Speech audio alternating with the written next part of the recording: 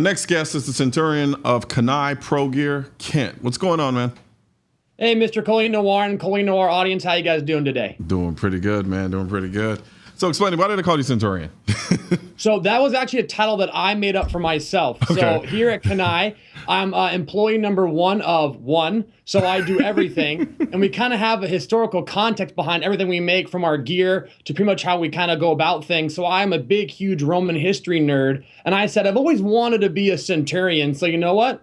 I just gave myself the title of Centurion just because I'm the guy who kind of does everything around here. So just gave myself my title. Now, for the people who don't know, explain to them what a Centurion is and within historical context. I'm going to make it with paint with a simple brush here. Realistically, although it's kind of hard to give exact military comparisons from an ancient army to today, what the Roman centurion was basically your officer and your staff, non-commissioned officer, kind of all rolled into one. As far as historical context goes, comparing the armies of ancient Rome to today do more to hurt than they do to kind of compare them. But for lack of a better, comparison, really, a centurion is basically the officer who's kind of in charge of the general duties. So he's the first guy that usually the legionnaire would report to, give or take, before you hit to the higher ups. So so that's why I consider myself, between the executives of the company and the customers, I'm the centurion. I'm the guy right in the middle trying to make it all work. Hey, I'm not mad at it, man. So now, with that being said, what is it about Roman history that just really fascinates you? For me, Roman history, this is for me at least, about Roman history is that it was very, very much like what we have today. Much of our government is based off is based off a lot of things that they did in Rome. And there's a phrase that has lasted for a long time, is all roads lead to Rome. Yeah. And there's a reason why that exists, right? They were, magnificent engineers, magnificent people when it came to waging war. So the entire cultural and overall economic impact that society has had over basically 2,000 years now is just amazing to me. That the fact that people are still, Julius Caesar, right? Everyone knows him. Yeah. And that guy is at this point, like about 2,000 years old. And we can still say his name. So that he comes from a society that was very prominent and by default had a lot to do with what we do today. Awesome, man. Now, I want to touch a little bit on just kind of the environment that you guys find yourself in. You're located in California. So, yes. What kind of changes have you seen since the new gun laws have gone into effect? Because though you guys provide gear, I'm pretty sure you guys are you're pretty much still part of the gun culture. Yes, absolutely. I'm sure a lot of Colleen Noir listeners probably heard of Billy Birdsell. He's on NRA TV a lot and was a very active member. So him and I started Kanai Academy, which is actually a training division from our company. So we do the gear and we do the training on top of that. And California is definitely, what's the old saying about the frog in the boiling water, right? How you just leave it on and it starts boiling. California's already at the boiling point. So when it comes to those new laws, at least for me, it was kind of like, okay, that's something else that's just terrible. Thank you very much. Okay. So at a certain point, you kind of become desensitized to it. At least that's of my opinion on the matter.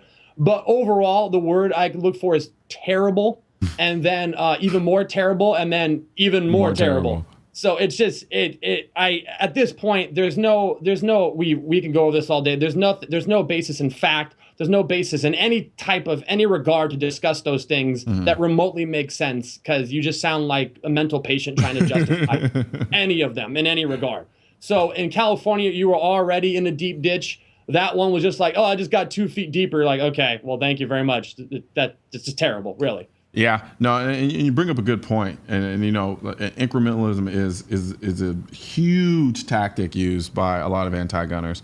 And so, and I wish a lot of times that people on the other side would understand that, because they're constantly they feel like we overreact to every little thing or every proposed gun measure that comes into play. And I'm like, that's because we've been batting away every measure for the last 10, 20 years, because each time we do away with one thing, they try to come back and go through the back door to do another thing. Or if we do accept a little bit of something, then there's something else that they need to do. Then there's something else that they need to do. I think as a public, we tend to have a very, very, very, very, very short memory when it comes to things. And so, and I always say it, I was like, right now it's going to start like this, and then we're going to forget why we did it in the first place, and then we're going to allow them to give up, to take away a little bit more of our rights, and then so forth and so on, to the point where we look up one day and we're like, as you so eloquently put it, now we're in the boiling water, and it's just like, well, I'm already 2 feet in it, so What difference does it make to a degree? I don't know who said it, but it was a quote. If you pardon one offense, you allow the use of many. So that's basically it when it comes to California gun laws. Yeah. You let one in, and then it's a floodgate of draconian anti-Second Amendment legislation that just ruins the fun for everybody, and also is a severely unconstitutional. And at that point, I would say it's like an unconstitutional crisis, really. Yeah. But that's a whole other can of worms. So now, what effects, if any, have you guys seen in terms of interest in your product sales with respect to some of these laws? As far as law go, there's two parts. The one part is the angry Instagrammer who comments on my Instagram, I need to get out of California. And I go like, well, sorry, I can't really move an entire operation like that. Yeah. So there's that one, but I don't really mind that one. And the second one, what really affects is the market, especially for Kanai, is very, very tactical heavy. So they love their ARs, they love all the cool stuff. And I can't get any pictures of those guns, so I got to go out of state to get a photo with those guns. So that's one of those like those unseen things you don't really think about. Yeah. Is when I go, I want to take some cool photos with an AR. I'm sure like maybe in Texas, any place else, any company go, okay, let's go out back and do it. Yeah. In California, it's number one, hard to find someone who has a legal one. And now we've been lucky, both Billy and I have legal ones, so we kind of get lucky. But if Billy or myself or anybody that we know isn't in the area, then guess what?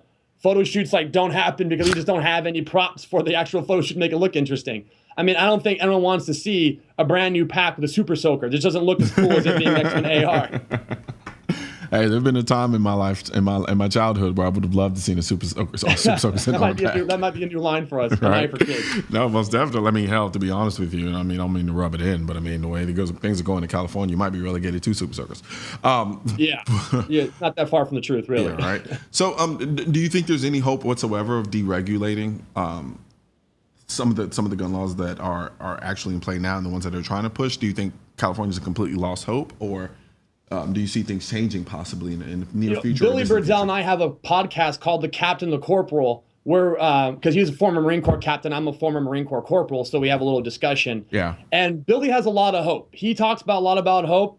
Here's my kind of take on it is I always have hope, but I'm not holding my breath. I'll just go as far as that one. Gotcha. Always have hope, always be there. You always want to look for the silver lining in every cloud. But let's just say if there's a few more rainy days, I'm not putting my umbrella away anytime soon. So that's as far as I know about California gun laws and the outlook on them. So what is Billy's motivation for the hope that he has? What's the baseline in that? Billy's a positive thinker, Gotcha. So he just likes to be positive all the time. I'm inherently, Billy's a little bit older, so he has that kind of inherent positivity built into him. Mm-hmm. I'm a horrible millennial, so I'm cynical about everything. So everything I see, I just want to look down and go, oh, that's not going to work out. So as far as I look, I just go, yeah, it'll probably get better, but I'm not waiting for anything anytime soon. Yeah. Yeah. I think I share in many respects the same cynicism inherently. And it's something I've built up over time just because of some of the nonsense that I've seen being in the position that I'm in. So I think I'm more aligned with you more than anything. However, I do like to consider myself a fighter in that sense. So though I wouldn't expect things to change inherently, I'd still be fighting for it. And I'm pretty sure you're doing the same thing. Absolutely. All politics are local. So the best thing you can do is go out and vote in any local election. And when the few rare times they put it's usually legislated out without choice, but a few times, I think most recently in California, they did put a few things on the ballot. So of course, I'm going out and voting for those and doing what I can, at least at my level. Absolutely. So now let's before we go to break real quick, let's start talking about some of you guys' gear. Absolutely. Now, the name Kanai, where does that come from? So getting right back into that Roman history, kind of a perfect fit for me as far as a company. Kanai was a battle in 216 BC, where actually the Romans were defeated. A guy by the name of Hannibal Barca, he crossed the Alps. That's the famous Alp crossing. And he royally spanked the Romans. They had about a force of 80,000. Historical figures go back and forth. But they had a force of about 80,000 they amassed to defeat Hannibal, who had a force about half their size. And he used a tactic called double envelopment in a pretty ingenious way. And he wiped out all 80,000 Romans in under 4 hours. So we have that battle. And using our logo, I don't know if you can see it, but if you look at our logo right here, yeah, I'll bring it up to the camera right there.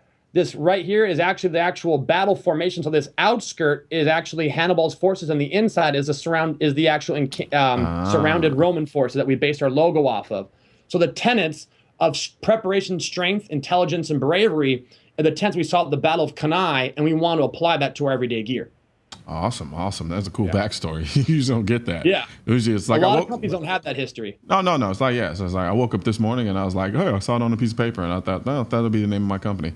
No, but it is really cool to kind of have that imagery behind the name, because I'm pretty sure a lot of the sentiment and essence of it is what you guys put into the product that you guys make. Yeah. So with that being said, I'm going to throw it to a quick break real quick, and then we'll come back. We'll talk about you guys' lineup and just jump headstrong Awesome. into the gear talk. Fantastic.